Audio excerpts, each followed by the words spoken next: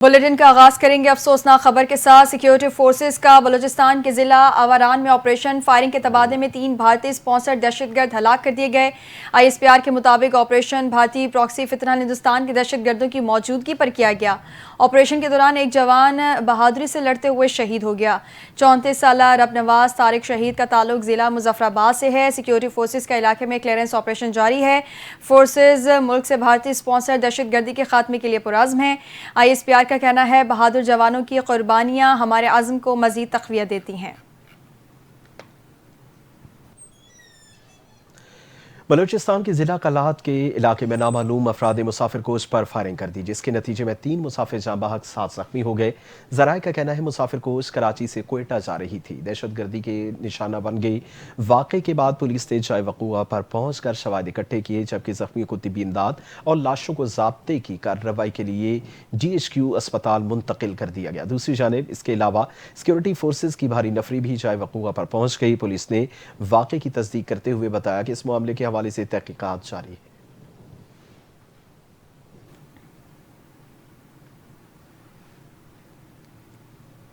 قلات میں مسافر بس پر فائرنگ کے افسوسناک واقعے پر وزیر اعظم شہباز شریف اور صدر مملکت آصف علی زرداری نے شدید مذمت کا اظہار کیا۔ وزیر اعظم شہباز شریف نے شہریوں کی شہادت پر گہرے رنج و غم کا اظہار کرتے ہوئے شہداء کے درجات کی بلندی اور لواحقین کے لیے صبر و استقامت کی دعا کی۔ وزیر اعظم نے زخمیوں کو فوری اور بہترین طبی امداد فراہم کرنے کی ہدایت جاری کرتے ہوئے کہا، بے گناہ شہریوں کو نشانہ بنانے والے دہشت گردوں کو ان کے جرم کی قیمت چکانا ہوگی۔ حکومت اور سیکیورٹی فورسز ملک سے دہشت گردی کے مکمل خاتمے کے لیے پرعزم ہیں۔ صدر مملکت آصف علی زرداری نے بھی قلات میں بس پر ہونے والے بزدلانہ حملے کی شدید مذمت کرتے ہوئے واقعے میں شہید افراد کے اہل خانہ سے دلی تعزیت اور افسوس کا اظہار کیا۔ کہا کہ عام شہریوں کو نشانہ بنانا ایک انتہائی سفاک اور قابل مذمت اقدام ہے۔ دہشت گرد انسانیت اور امن کے دشمن ہیں جو ملک کے استحکام کو سبوتاژ کرنے کی کوشش کر رہے ہیں۔ قوم کی حمایت سے دہشت گردی کے ناسور کا مکمل خاتمہ کیا جائے گا۔ وزیر اعلیٰ بلوچستان سرفراز بگٹی نے قلات میں مسافر بس پر حملے کی شدید الفاظ میں مذمت کرتے ہوئے اسے بزدلانہ اور انسانیت سوز عمل قرار دیا۔ انہوں نے کہا کہ واقعے میں قیمتی جانوں کا زیاں ناقابل تلافی نقصان ہے، جو اس پر پوری قوم سوگوار ہے۔ فتنہ ہندوستان کی دہشت گرد تنظیمیں پہلے شناخت کی بنیاد پر حملے کرتی تھیں، لیکن اب اندھا دھند نشانہ بنا رہی ہیں، جو اس بات کا ثبوت ہے کہ جنگ پر عام پاکستانی کے خلاف ہے۔ اور وزیر اعلیٰ نے واضح کیا کہ دشمن کی یہ بزدلانہ کارروائیاں قوم کے حوصلے پست نہیں کر سکتی۔ اسرائیل نے شام کے دارالحکومت دمشق میں صدارتی محل اور وزارت دفاع کی عمارت پر شدید فضائی حملے کر دیے۔ جنوبی شہر سویدا میں بھی شامی فورسز کو نشانہ بنایا گیا۔ عرب میڈیا کے مطابق حملوں کے نتیجے میں ایک شخص ہلاک جبکہ 18 افراد زخمی ہوئے۔ واقعے کے وقت ایک نیوز اینکر لائیو نشریات پر موجود تھی، جو دھماکے کی آواز سنتے ہی اپنی جگہ چھوڑ کر محفوظ مقام کی جانب چلی گئی۔ حملوں کے بعد پورے دمشق میں شدید خوف و ہراس پھیل گیا۔ اسرائیلی وزیر دفاع نے سوشل میڈیا پوسٹ میں حملوں کی تصدیق کرتے ہوئے کہا کہ شدید حملے شروع ہو چکے ہیں اور شام میں کئی دنوں تک جاری رہنے والی جنگ کی تیاری کی جا رہی ہے۔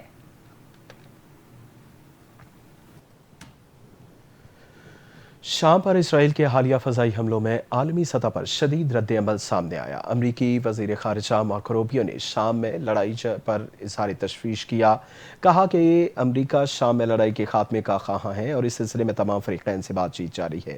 اسرائیلی حملوں کی شدید مذمت کرتے ہیں اور انہیں شام میں امن اور سلامتی کی کوششوں کو سبوتاژ کرنے کی سازش قرار دیا۔ ترک وزیر خارجہ نے اسرائیل سے مطالبہ کیا کہ وہ فوری طور پر شام پر حملے بند کرے۔ فرانسیسی وزارت خارجہ نے شہریوں کو نشانہ بنانے کی شدید مذمت کی، اسرائیل سے شام پر حملے فوری طور پر روکنے کا مطالبہ کیا۔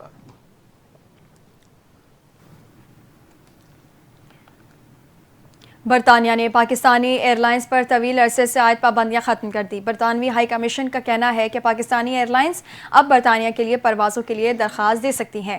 برطانوی ہائی کمیشن کے مطابق ایئر لائنز کو پروازوں کے لیے UK CAA سے اجازت لینا ہوگی۔ برطانوی ہائی کمیشن کا بتانا ہے کہ سیفٹی لسٹ سے اخراج آزاد اور تکنیکی عمل کے تحت ہوا۔ پاکستان میں تعینات برطانوی ہائی کمشنر جین میرٹ کا کہنا ہے کہ میں پاکستانی ایئر لائنز سے سفر کی منتظر ہوں، پاکستان کے ساتھ فضائی رابطوں میں بہتری خاندانوں کے میلاب میں مدد دے گی۔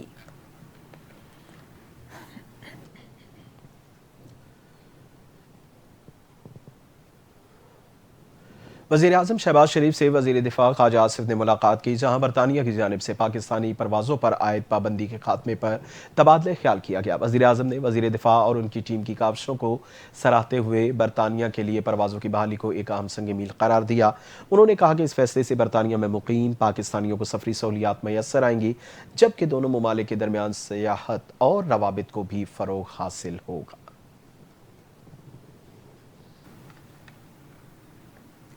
برطانیہ کی ایئر سیفٹی لسٹ سے نکالے جانے کے بعد پی آئی اے نے فلائٹ آپریشن کے فریم ورک پر کام شروع کر دیا۔ سی ای او پی آئی اے نے اہم اجلاس طلب کر لیا۔ پی آئی اے انتظامیہ نے یو کے سول ایویشن سے فوری رابطے کا فیصلہ کیا ہے۔ پی آئی اے برطانیہ کے لیے آپریٹ کرنے کی درخواست دے گی۔ یو کے سول ایویشن پی آئی اے کو ایئر آپریٹر سرٹیفکیٹ جاری کرے گی۔ ایئر آپریٹر سرٹیفکیٹ کے بعد پی آئی اے کی جانب سے فلائٹ آپریشن کا آغاز کیا جائے گا۔ یو کے فلائٹ آپریشن پابندی سے پی آئی اے 215 ارب کا نقصان ہوا۔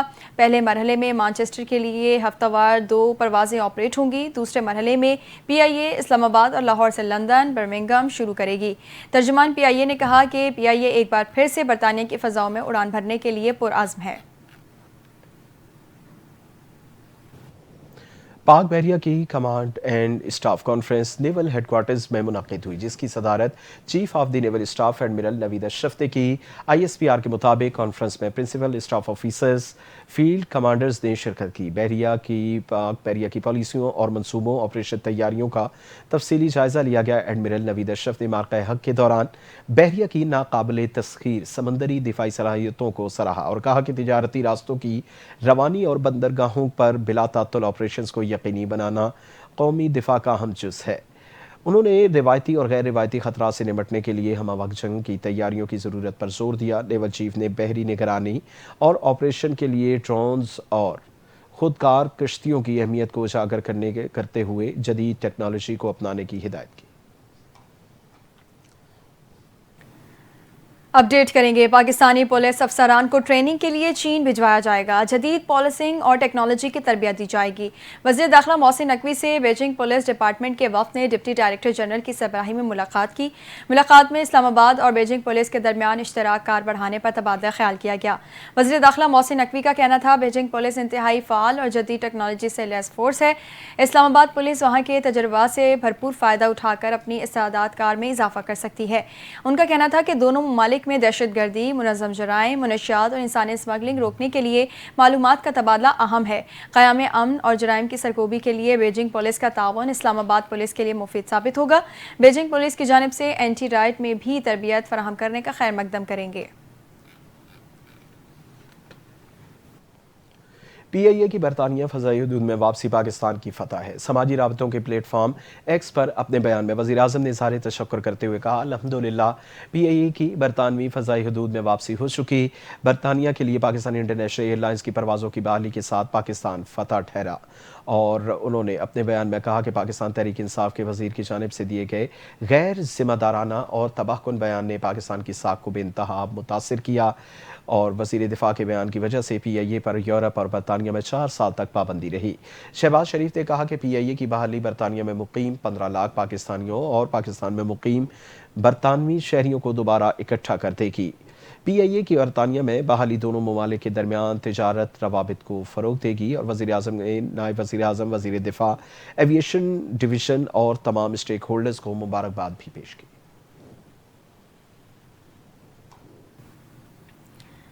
وزیر دفاع خواجہ آصف نے کہا کہ پاکستان کا نام ایئر سیفٹی لسٹ سے نکالا جانا اہم سنگ میل ہے۔ آج شہباز شریف کی قیادت میں پاکستان نے سنگ میل عبور کیا۔ سابق وزیر ہوا بازی کے جرائم میں بانی پی ٹی آئی برابر کے شریک تھے۔ اسلام آباد میں پریس کانفرنس کرتے ہوئے خواجہ آصف نے کہا کہ سابق وزیر ہوا بازی کے اقدامات سے پاکستانی ایئر لائنز پر پابندیاں لگی تھیں۔ غلام سرور خان نے اپنے ادارے کے خلاف جو جرم کیا وہ قومی جرم تھا۔ بانی پی ٹی آئی اور غلام سرور نے قومی ایئر لائن کو قبرستان بنایا۔ وزیر دفاع نے کہا کہ قومی ایئر لائن پر پابندی لگنے سے قومی وقار مجروح ہوا تھا۔ اچھی خبر ہے، خوش اسلوبی کے ساتھ پاکستانی ایئر لائن سے پابندی ہٹ گئی۔ قومی ایئر لائن کے علاوہ ایک نجی ایئر لائن کو بھی برطانیہ نے اجازت دی ہے۔ خواجہ آصف نے کہا کہ ہماری کوشش ہے کہ نیو یارک کی پروازیں بھی بحال ہوں۔ قومی ایئر لائن پر پابندی کیوں لگی اس کا تعین حکومت کی ذمہ داری ہے۔ پاکستان بیرون ملک اپنی پروازوں کے لیے آپریٹنگ لائسنس کے لیے اپلائی کرے گا۔